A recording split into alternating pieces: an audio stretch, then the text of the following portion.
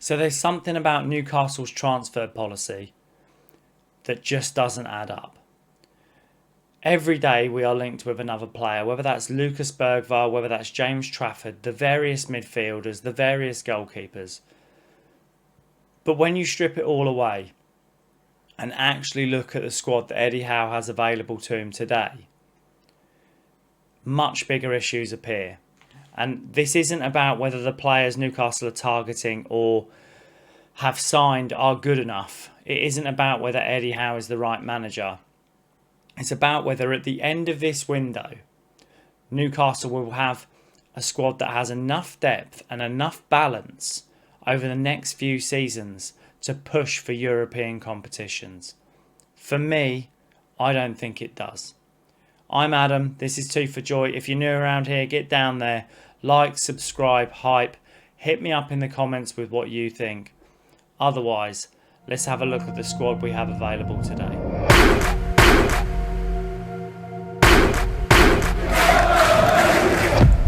So let's start off with the goalkeepers. Obviously, Ewan Jowan coming in as our backup goalkeeper. I think this is a good signing. I like the profile. I like the style of the keeper. I think he's got great potential, but he's way too young to be dropped in as a first-team goalkeeper for Newcastle United. And Nick Pope, he's been a steady Premier League goalkeeper for us. He's done really well under Eddie Howe, and I take nothing away from him. But the injuries have started to catch up with him. The performances have dipped.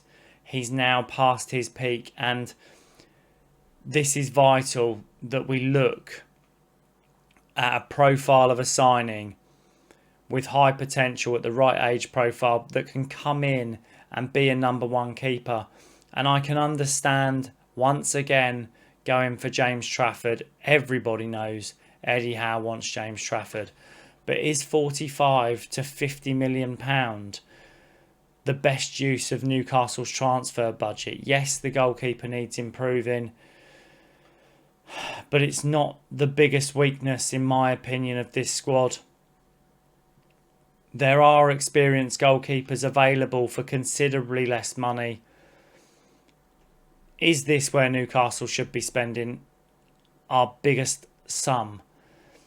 And then when we come to the defence, I'll go through what I believe is going to be the starting back four next season. Tino Livramento, Malik Chow, Sven Botman, Lewis Hall.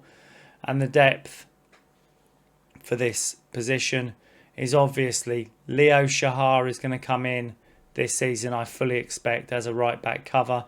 Fabian Schär and Dan Burn in the middle. And Alex Murphy at left-back. Now, my thoughts of this: realistically, I think Alex Murphy and Leo Shahar still need developing. They're still at an age profile where it's too much pressure to put on them to be first team regulars. And Newcastle inherently have injury problems with this backline. We all know it. Whether it's Sven Botman, whether it's Dan Burn, whether it's Fabian Schär, whether it's Tino Livramento, who clearly can't stay fit for a season. So there's a big weakness here. Whether that's a fullback, bringing in a fullback that can play both sides. There's a definite lack of depth in left back. If Lewis Hall gets injured, I don't want to see Dan Burn going out. Who naturally replaces him? Dan Burn's the only profile we put at left back. This has to be addressed. A versatile fullback capable of playing both sides is a priority, a big priority for Newcastle this summer. And it doesn't look like we're in that market. And then when we come on to midfield, obviously, in my opinion, our first choice under Eddie this season will be Bruno, Joel Linton and Lewis Miley, with our backups of Sean Sturr, Jacob Ramsey and Joe Willock. My thoughts on this midfield is Joe Willock, the injuries have disrupted his Newcastle career. I'd be looking to move him on and move him on as quickly as possible. The links we've had, Manzambi being hijacked and going to Aston Villa. Lucas Bergvall, this absolutely crazes me. Because if you're going to go into a transfer window and demand £100 million for Sandro Tonali, and then a month later turn around and go back to Spurs and say, oh, we'd like to sign your midfielder, here's 46 million, and they reject it, what did you expect to happen? They are now going to force your hand to pay big money if you want a midfielder back from them after you forced their hand to sign Sandro Tonali. I have major concerns over the way we're doing business. But these attacking midfield profiles leaves me with a concern in itself, and that is who plays deeper. And obviously, Lewis Miley, I believe, will be the mainstay to take over the role of Sandro Tonali. But if we bring a creative midfielder in, and I can understand this,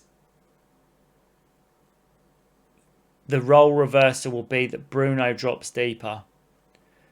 And in my opinion,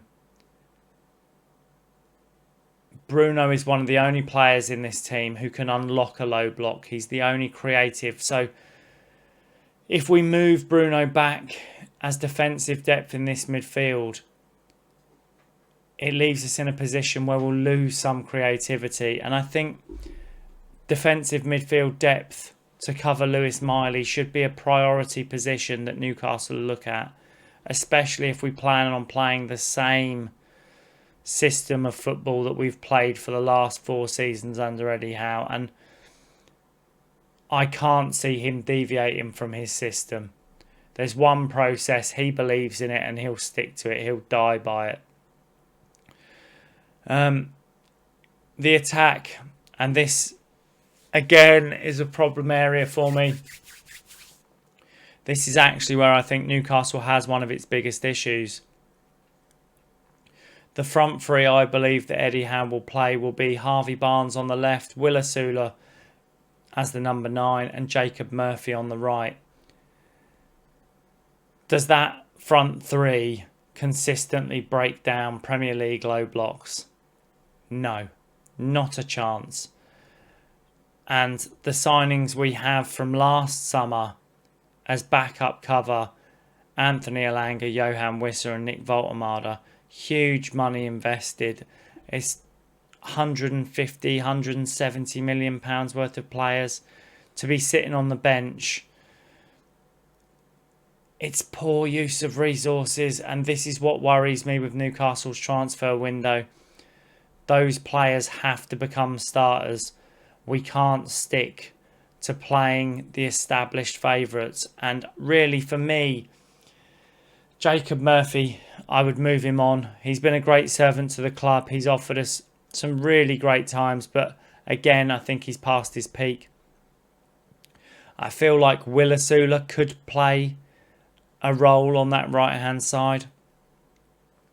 I feel that Nick Voltemade and Johan Wissa, we have to get the best out of them this season up front. We have to play one of them as a 9 and maybe possibly bring Voltemade in as a 10 should it be needed. But Newcastle really need to look at either signing a striker or signing a right winger and reinvigorating this front line. Obviously, the left-hand side,